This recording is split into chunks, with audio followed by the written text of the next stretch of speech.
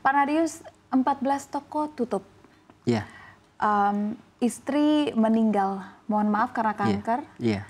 Bisa dikatakan dulu semua mungkin baik-baik saja, hingga akhirnya semua masa sulit tiba. Iya. Apa yang menguatkan Bapak sampai dengan saat ini? Karena satu-satu jalan kita masih ada yang punya kehidupan. Kita yakin di situ. Ini mungkin bagian daripada fase kehidupan yang harus dilalui. Tapi semuanya itu ada yang punya gitu. Saya punya keyakinan begitu. Oke, berarti hanya menjadi fase kehidupan ya Pak ya? Iya. Kak Oliver yang mau ditambahkan?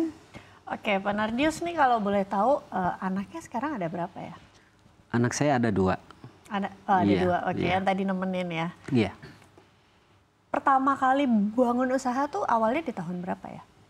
Di tahun 1986 saya udah lama mulai. ya. 1986 hingga akhirnya bisa 14 toko dibuka di Iya. Jakarta. Iya. Oke, awalnya gimana Pak? Dari buka 1 sampai akhirnya bisa tersebar di 14 titik ini langka loh Pak, usaha yang banyak sekali cabangnya seperti ini. Ya.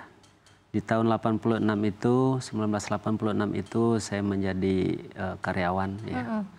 Kerja di suatu toko selama 2 tahun setengah ya. 2 tahun setengah itu saya mendapatkan upah 150.000 ketika itu. Itu per hari, per bulan? Selama 2 tahun setengah itu. Jadi saya nggak hitung harian waktu itu. Jadi dikasih 150.000. Selama itu ya itulah dasar usaha saya.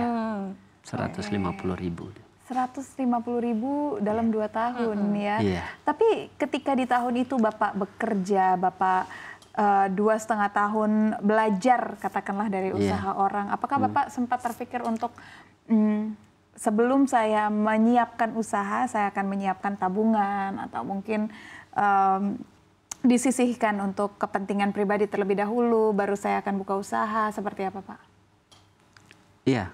Ketika itu setelah saya memulai dengan usaha sendiri dengan dasar seperti tadi, di situ saya pacu untuk supaya usaha saya itu lebih meningkat.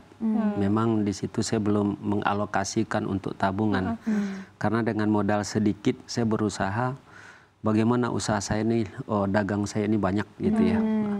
Jadi itu dulu yang saya kejar. Dengan berjalannya setahun, tahun kedua insya Allah ada selalu peningkatan. Di situ baru ada alokasi seperti tadi, tabungan apa gitu.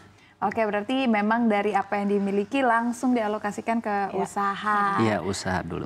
Oke, bagaimana Pak pertumbuhan usahanya Pak dari dulu sampai dengan sekarang nih? Apalagi jangan berbicara pandemi dulu Pak, tapi dari minat belanja yang dulu tuh tinggi sekali Pak, pergi ke pasar, ke toko.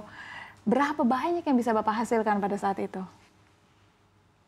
Dari 150.000 tahun pertama itu menjadi 600.000 ya. Jadi ada keuntungan di situ. Saya tingkatkan usaha saya lagi. Tahun berikutnya menjadi 2 juta gitu ya. Ya dan begitu seterusnya. Alhamdulillah berkembang sampai saya mempunyai 14 lapak. 14 lapak. Ya. Ketika masa-masa itu, apakah Bapak tidak mengalami momen-momen sulit atau katakanlah kondisi ekonomi di tahun 98 kan itu juga Bapak mengalami itu berarti masa-masa itu? Iya, mengalami. Jadi di situ terutama pasar tradisional memang tempat berkumpulnya masyarakat ya, berbelanja pada waktu itu. Jadi usaha masih enak lah. Jadi terpusat kepada pasar tradisional ketika itu. Jadi apapun kondisi ekonomi yang mungkin terjadi pada saat itu tidak berpengaruh ke penjualan Bapak ya? Tidak berpengaruh, bahkan ada peningkatan di 98 krisis gitu ya. Ada peningkatan. Kita justru mencari celah waktu itu dengan krisis itu. Sambil karena kita udah bermain di pasar, celah yang lebih meningkatkan lagi ketika itu kita cari-cari emas di kampung. Yang punya emas gitu ya. Nah, di situ suatu apa ya, mendorong usaha kita lebih naik lagi. Ya. Oke, justru dengan adanya kondisi ekonomi itu justru menjadi peluang di usaha Bapak. Ya. Tetapi karena pandemi malah justru hilang semuanya ya Pak ya? Iya.